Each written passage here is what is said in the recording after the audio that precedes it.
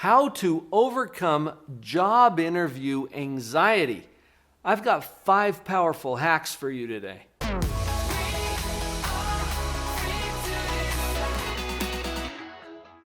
I am a professional psychologist. What I'm going to share with you today is psychologically sound, but you might wonder about my own psychological stability when we get to the last one.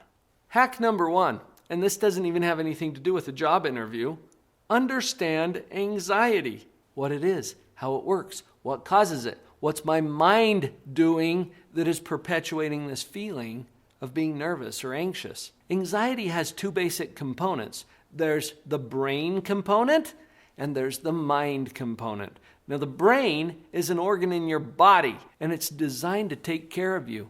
Anytime it detects a threat, which is a danger of some kind, it kicks you into a chemical response. We usually call it the fight or flight response. That's the physiological basis for anxiety. You need to understand that because there are things that you can do to manage your own anxiety response. And then on the mind side, there's thinking going on. You'll notice I made a distinction between brain and mind. Mind is you.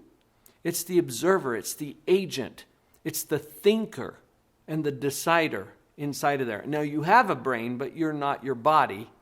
You're inside of that. The mind component of anxiety has to do with the what if questions. And it usually happens on a subconscious level where this what if question causes a threat. And it's not even the question so much as the answer, because subconsciously we tend to answer the what if questions with, oh, I can't handle that. See how that represents a threat? And then that triggers the brain, the chemistry, we're off to the races with the fight or flight response. Anxiety is really important to understand. And if you need some help with that, go to some of the other videos here on the channel or at Live on Purpose Central, where we go into some more depth on how to handle that anxiety. Hack number 2 comes from years of experience working with anxiety, where I've found that it has a lot to do with our focus. Notice that your focus is typically either how you feel or how other people feel, about you or about other people. So when you overlay those two, it creates kind of a quadrant system. Is my focus on how I feel about me? Is my focus on how you feel about me? Or is my focus on how I feel about you? Or is my focus on how you feel about yourself? When we get focused on ourselves, when it's about us, we experience more anxiety. And that's whether it's about how I feel about myself or how you feel about me. Either way, if my focus is in that space, I'm going to feel more anxiety. Have you experienced this yourself? So what if we shift the focus? I had a coaching session with one of my clients just a few days ago. He's a young man, age 17, who is about to apply for a job that he really wants to get. As I was asking him about this job, the reason he wants to get this job is so that he can help other people in a very specific way that he has some talents and skills to do. But he was nervous about the interview. And so I introduced this concept to him and I said, what if you were to shift your focus? What if you were to go to that interview, not for yourself, but on behalf of all of those people that you could help if you got the position? Go for them. Speak for them. Show up for them. He got this big smile on his face as the anxiety almost immediately diminished. Can you feel that? What if it's not about you?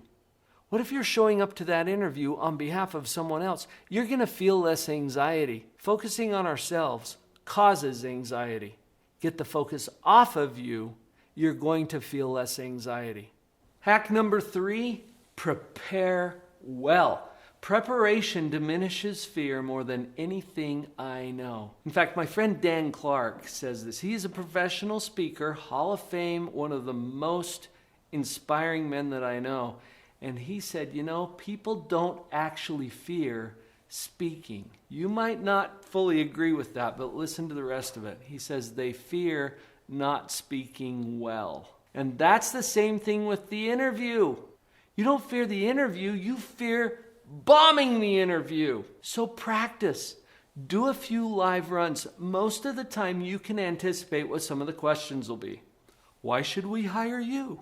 What's unique about you that's different from other applicants? How would you handle conflict if it came up on the job? Some of these are predictable, right? So do a dry run with a live person. I emphasize the live part because they're going to have some reactions to you, and that's going to help you to manage your nerves, to practice your responses. You can get some feedback from them. Practice. Hack number 4. While you're practicing with a live person, make the mistakes that you're afraid of making. Does that sound weird? It helps you psychologically because you've got at a subconscious level this what if question going on. What if I stutter? What if I accidentally say the wrong thing? What if I? Okay? This creates anxiety. In your practice session, just make the blunder. Do the thing that you're afraid of doing in the practice session. What you're going to find is you're going to feel a little ridiculous doing it, first of all. To make a mistake on purpose makes it less likely that you're going to do it by accident. I'm not even sure why that's true, but that bears out in my own experience and a lot of people that I've talked to about this. Just practice it. Practice making the mistakes. I know that sounds weird, but give it a try. Hack number 5. This is the one I told you you might not be sure I was serious about it. Go into the interview with some food item hidden somewhere in your clothing. Hold on. Are we really adding that? Are you serious? I told you, see my team here doesn't even think that I'm serious. I am dead serious about it. I'm like a dried apple in your shoe or lunch meat on your shoulder. Oh my gosh. I know that seems ridiculous, but you know what? It helps you take yourself less seriously. You might try some grated cheese in your shorts. How about some breakfast cereal? You know what? Actually, be careful with this one because it tends to be a little noisy. It can get crunchy, and that's not so good in the interview. How are you feeling right now as we discuss this? Did you get a little chuckle out of that when I pulled lunch meat out of my shoulder? You get to take yourself a little less seriously, and this will help. You know what? I honestly got this idea from Garrett Gunderson when he was doing a seminar on helping people with confidence in their finances and investing. And Garrett had a bagel hidden somewhere on him. It sounds ridiculous, but it's actually a pretty good way to take yourself a little less seriously and remind yourself to just show up in a genuine way. It puts you at ease, and that's going to help put other people at ease. Give it a try. Let me know what your experience is. If you know someone who's anticipating or preparing for an interview, you might volunteer to be the person they practice with and share this video with them. Don't you love personal development? I know I do. And if you're enjoying it as much as I am, come join our community. Live on Purpose Central is a place where we can actually talk to each other and engage in live discussions, in addition to all of the content and programs and courses that are there to support you in your personal development. go.liveonpurposecentral.com. To the phone. And I wished I'd had a number so